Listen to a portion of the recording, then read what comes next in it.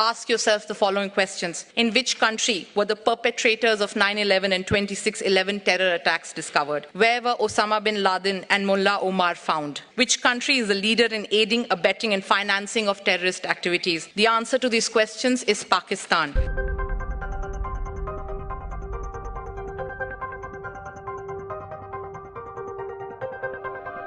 We are therefore also dismayed to see that the highest court in India has seen it fit to virtually condone the destruction of century-old mosque sacred to Muslims.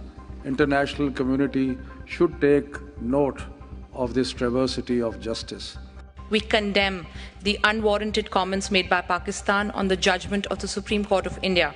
The judgment is about the rule of law, equal respect for all faiths, concepts that are alien to Pakistan and its ethos. So while Pakistan's lack of comprehension is not surprising, their pathological compulsion to comment on our internal affairs with the obvious intent of spreading hatred is condemnable.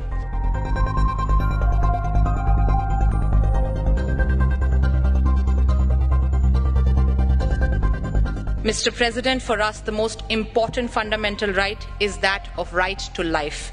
Globally, the single largest threat is this right is from terrorism. Tragically, the reality facing us is that Pakistan is the world's largest producer and exporter of this evil.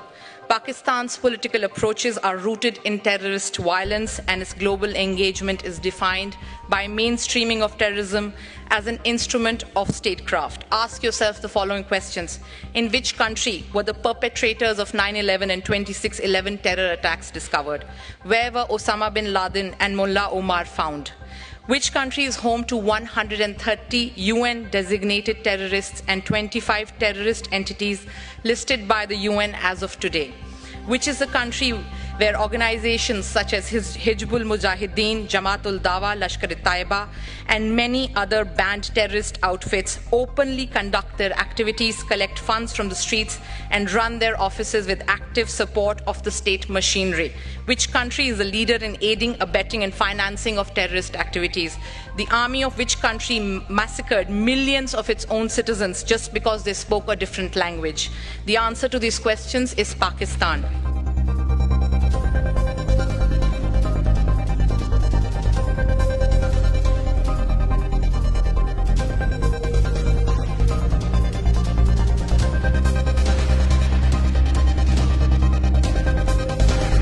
Pakistan's intervention is an interference in India's internal affairs. It is unacceptable and we reject it.